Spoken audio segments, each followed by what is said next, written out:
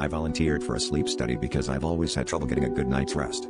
They promised advanced techniques and a generous stipend, so I signed up without hesitation. The first few nights were uneventful, just wires and whispered conversations from the lab techs monitoring me. But on the fourth night, I woke up drenched in sweat, heart pounding with memories of a family I never knew. A wife, 2 kids, laughter echoing through a sunlit kitchen. How could I feel nostalgia for something I've never experienced? The daytime was a haze, my mind clinging to the fragments of that imaginary life.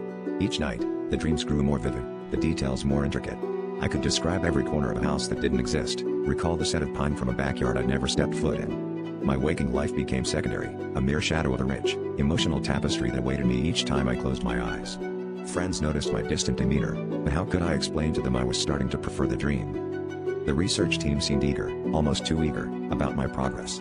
Their questions became invasive, probing every aspect of my dreams with an intensity that felt personal. One technician, more empathetic than the others, slipped me a note one evening. "You're not the first." The words churned in my mind, prompting a terrifying realization. What if they were crafting these dreams, manipulating my mind for some twisted experiment?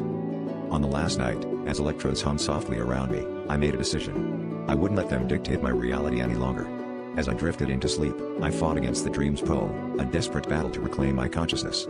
When I awoke, it was to an empty, darkened lab, the equipment cold and lifeless. But when I stumbled out, I was greeted by strangers who called me by a name I didn't recognize. I was home, but it wasn't mine. The realization settled like ice in my veins. The lab had succeeded. They hadn't just given me dreams, they'd rewritten my reality.